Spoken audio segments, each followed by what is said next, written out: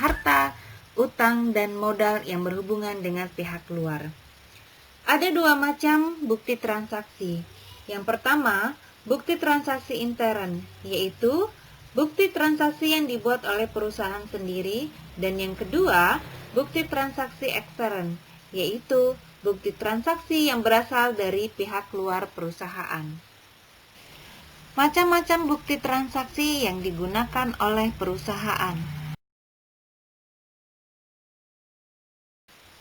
1. Kwitansi.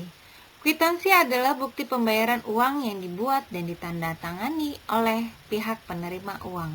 Berikut ini contoh dari kwitansi.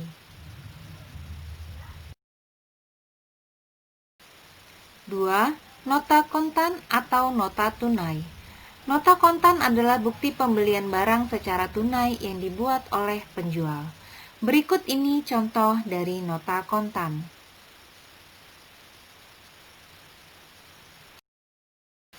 Ketiga, faktur atau invoice. Faktur atau invoice merupakan bukti transaksi pembelian atau penjualan barang yang biasanya secara kredit.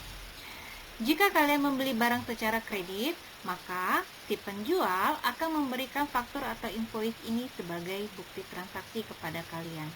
Contoh dari faktur atau invoice seperti di bawah ini. Keempat, nota kredit. Nota kredit adalah bukti pernyataan bahwa akun debitur dikredit sejumlah tertentu karena adanya hal tertentu. Nota kredit ini mengurangi piutang usaha dan dibuat oleh penjual. Contohnya, menerima kembali retur barang dari pembeli. Bentuk nota kredit seperti gambar di bawah ini. Kelima, nota debit. Nota debit adalah bukti pernyataan bahwa akun kreditur didebit karena adanya hal-hal tertentu. Nota debit mengurangi utang usaha karena adanya pengembalian barang dagang yang dibuat oleh pembeli. Jadi, jika nota kredit mengurangi piutang usaha, nota debit ini mengurangi utang usaha. Contoh dari nota debit seperti gambar di bawah ini. Keenam, bukti memorial. Bukti memorial adalah bukti transaksi intern berupa memo atau catatan dari pimpinan perusahaan kepada bagian akuntansi untuk melakukan pencatatan suatu kejadian.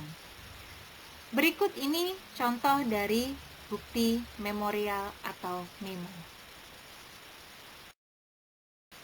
Ketujuh, cek. Cek adalah surat perintah kepada bank dari orang yang menandatangani untuk membayar sejumlah uang yang tertulis dalam cek kepada pembawa atau orang yang namanya disebut dalam cek. Berikut ini adalah contoh cek. Dan yang kedelapan, biliet giro. Biliet giro adalah surat perintah pemindah bukuan dari nasabah suatu bank kepada bank yang bersangkutan untuk memindahkan sejumlah uang dari rekeningnya ke rekening penerima yang namanya disebut dalam biliet giro pada bank yang sama atau bank yang lain. Berikut ini contoh dari biliet giro. Selain ada bukti transaksi yang sering digunakan oleh perusahaan, berikut ini bukti transaksi pendukung lainnya. 1. Bukti kas masuk. Bukti kas masuk atau BKM merupakan bukti untuk mencatat transaksi penerimaan uang tunai. Penerimaan uang tunai tersebut tentu ada bukti transaksinya, seperti kwitansi penagihan, faktur penjualan tunai, dan lain-lain. Bentuk dari bukti kas masuk seperti di bawah ini. 2. Bukti kas keluar. Bukti kas keluar atau BKK merupakan bukti untuk mencatat transaksi pengeluaran uang tunai. Contohnya, pembelian barang dagang dengan tunai, membayar utang, dan membayar beban. Berikut ini contoh dari bukti kas keluar. 3. Faktur penjualan. Faktur penjualan merupakan bukti yang dipergunakan untuk membukukan transaksi penjualan barang. Jadi, Jika penjual menjual barang dagang, wajib membukukan faktur penjualan. Berikut ini contoh dari faktur penjualan. 4. Faktur pembelian. Faktur pembelian merupakan bukti yang digunakan untuk membukukan transaksi pembelian. Berikut ini contoh dari faktur pembelian. Dan yang kelima, bukti umum. Bukti umum dipergunakan untuk membukukan transaksi yang tidak dapat menggunakan bukti transaksi di atas. Jadi, jika ada transaksi selain pengeluaran kas, penerimaan kas, penjualan, dan pembelian, maka menggunakan bukti umum ini. Transaksi-transaksi tersebut contohnya seperti perhitungan beban penyusutan, penghapusan piutang, retur pembelian, dan retur penjualan. Contoh dari bukti umum atau biasa yang disebut dengan bukti memorial seperti di bawah ini.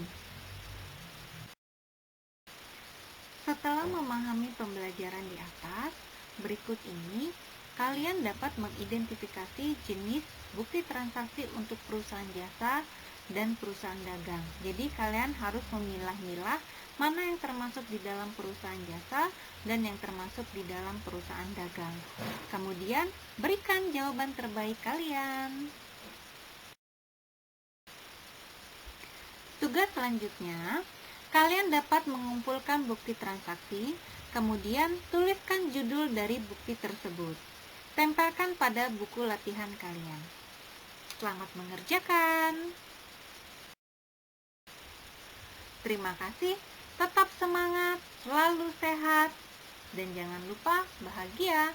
Ingat, jaga kesehatan dan mengikuti protokol kesehatan dimanapun kalian berada. Wassalamualaikum warahmatullahi wabarakatuh.